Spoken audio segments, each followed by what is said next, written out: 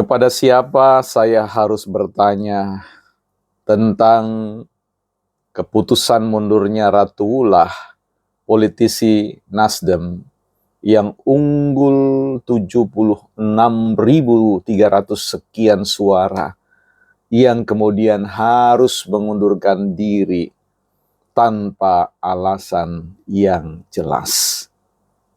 Apakah kepada rumput yang bergoyang, atau lebih baik kita bertanya kepada sang filsuf etik Frans Magnus Suseno, bukan partai politik? Teman-teman, kita akan perbincangkan, masih penasaran ini.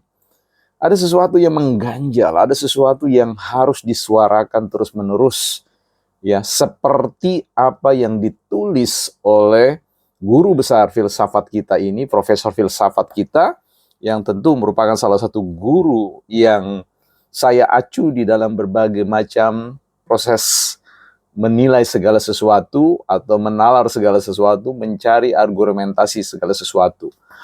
Dalam buku beliau yang pernah kita lihat, kita bahas tentang Frans Magnus Suseno, filsafat sebagai ilmu kritis ini, ya teman-teman, di situ dituliskan bagaimana filsafat sering difitnah sebagai sekularistik, ateis, anarkis karena suka menyobek selubung-selubung ideologis berbagai kepentingan duniawi, termasuk yang tersembunyi dalam pakaian yang alim. Ia tidak sopan, ia bagaikan anjing yang menggonggong, mengganggu dan menggigit.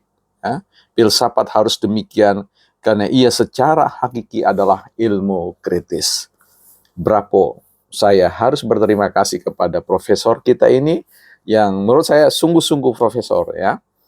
Tapi soalnya adalah kita ingin bertanya ke beliau, apa pandangan Prof. Magnus Suseno yang belakangan kita ketahui sangat marah, menggonggong kepada Prabowo terkait dengan dasmu etik itu yang dipandang oleh beliau meludahi etika, ya.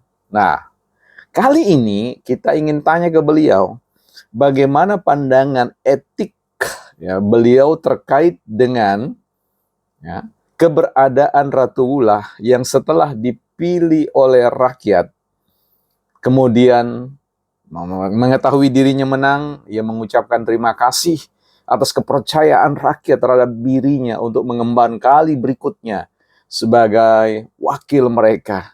Dan tentu itu merupakan sebuah kebanggaan yang luar biasa bagi rakyat yang sudah memilih, rakyat yang sudah mempercayakan suara dan harapan mereka, ya, harapan mereka bahwa Ratuullah bisa mewakili mereka.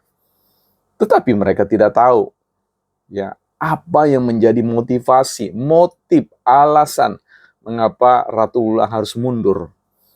Kita harus bertanya juga, bukan kepada rumput yang bergoyang, bukan hanya kepada Frans Magnus Suseno, profesor etik kita. Kita perlu bertanya juga kepada Suryo Paloh, ya, yang merupakan ketua umum, sekalipun tentu dalam regulasi undang-undang pemilu, seseorang bisa saja, ya, mengundurkan diri. Tapi tentu alasannya jelas. Yang pertama karena berhalangan tetap, karena sakit, atau karena meninggal. Ya. Yang kedua karena mungkin didapati atau, ya, diyakinkan secara hukum melakukan tindakan kecurangan di dalam proses pemilu dan sebagainya. Ya. Dan itu ada beberapa alasan, ya, termasuk salah satunya pengunduran diri.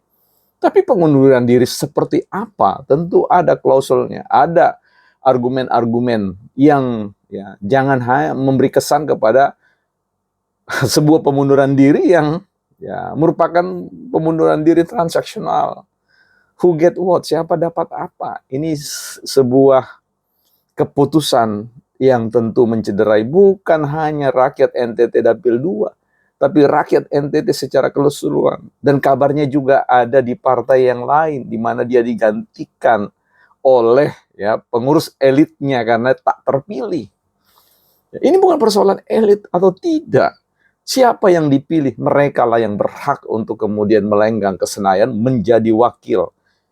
Nah, ketika partai-partai ini kemudian punya kalkulasi politik yang tidak memperhatikan suara nurani rakyat yang tulus memberikan suaranya, kita perlu gonggong ini.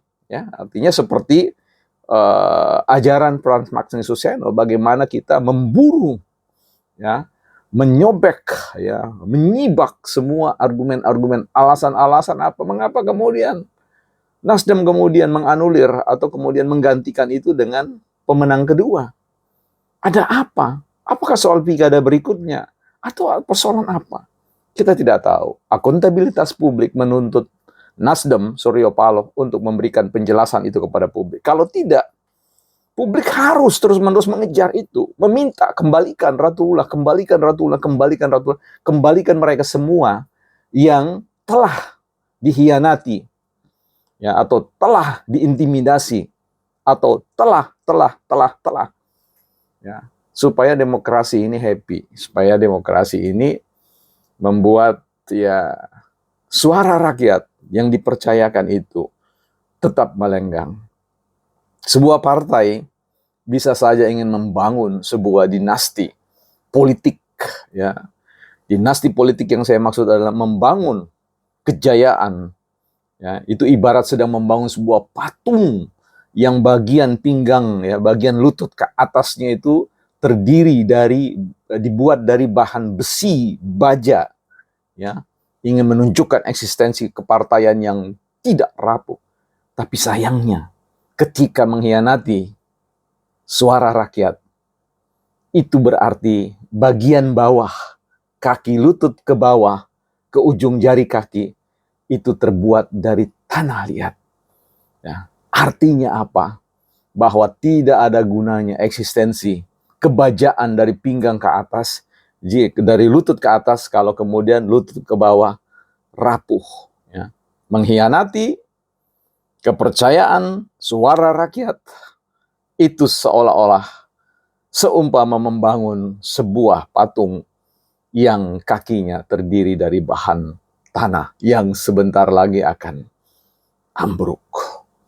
Bisa jadi kalau ini tidak bisa dijelaskan oleh Pak Surya Paloh dan juga Nasdem, mengapa itu terjadi dan apakah itu, ya, normatif, apakah itu memang harus demikian, ya, bisa jadi ini adalah titik puncak kejayaan Nasdem yang segera akan kemudian perlahan demi perlahan akan surut kembali, bahkan pada titik kerapuhan yang luar biasa. Ya, jadi Nasdem perlu berhikmat dalam hal ini, memberikan akuntabilitas atau pertanggungjawaban publik, menyampaikan alasan-alasan yang masuk akal kepada Ratu Ullah, ya, pemilih Ratu Ullah maksud saya, dan kepada kita semua sebagai bagian dari Indonesia.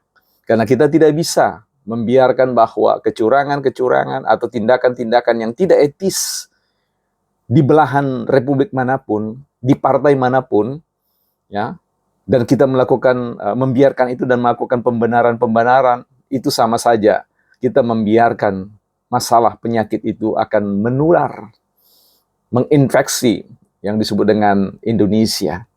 So, Pak Surya Paloh, yuk berikan kami argumentasi, berikan kami reasoning, alasan yang tepat. Mengapa Ratu Ullah harus mengundurkan diri? Karena kabarnya Bapak tidak menyampaikan itu, Nasdem tidak menyampaikan itu.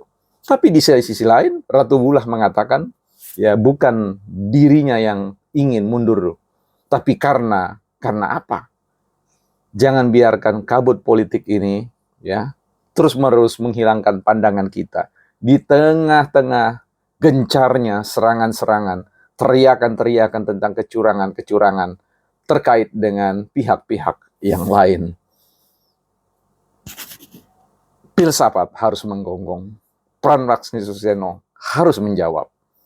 Tolong disampaikan video ini kepada Frans Maximus Suseno, guru besar kita, profesor kita. Apakah pengunduran diri Ratu Ullah itu melanggar etik, sign quote, meludahi etika politik? Kita tunggu, bukan partai politik.